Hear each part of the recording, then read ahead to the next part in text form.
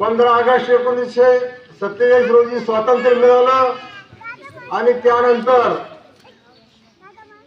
आपला देश हा प्रजासत्ताक 26 जानेवारी 1950 या रोजी झाला। प्रजासत्ताक म्हणजे प्रजेची सत्ता, म्हणजे लोकांसाठी चालवलेले राज्य म्हणजे लोकशाही राज्य। या दिनाची स्थापना या ठिकाणी झाली आणि या देशाला स्वातंत्र्य मिळवून देण्यासाठी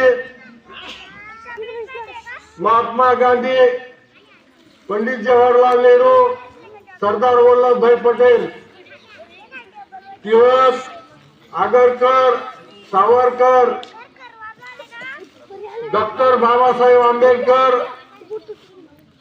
भगतसिंग बाबू गेडू या 16 नेत्यांनी स्वतःचं बलिदान करून देशाला स्वातंत्र्य मिळवून दिलं।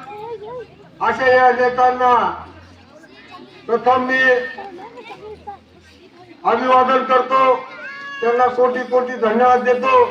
आणि आज या ठिकाणी जमलेले सर्व नागरिक यांचं मी 26 जानेवारी निमित्त या सर्वांना शुभेच्छा देतो। आपल्या देशामध्ये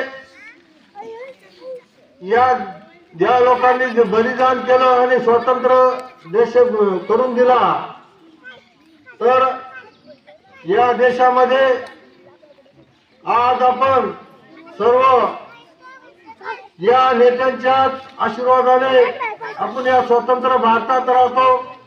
आणि आज सर्व नेते मंडळी या सर्वांचं नाव घेऊन या ठिकाणी चांगल्या अशा प्रकारचं राज्य करतात।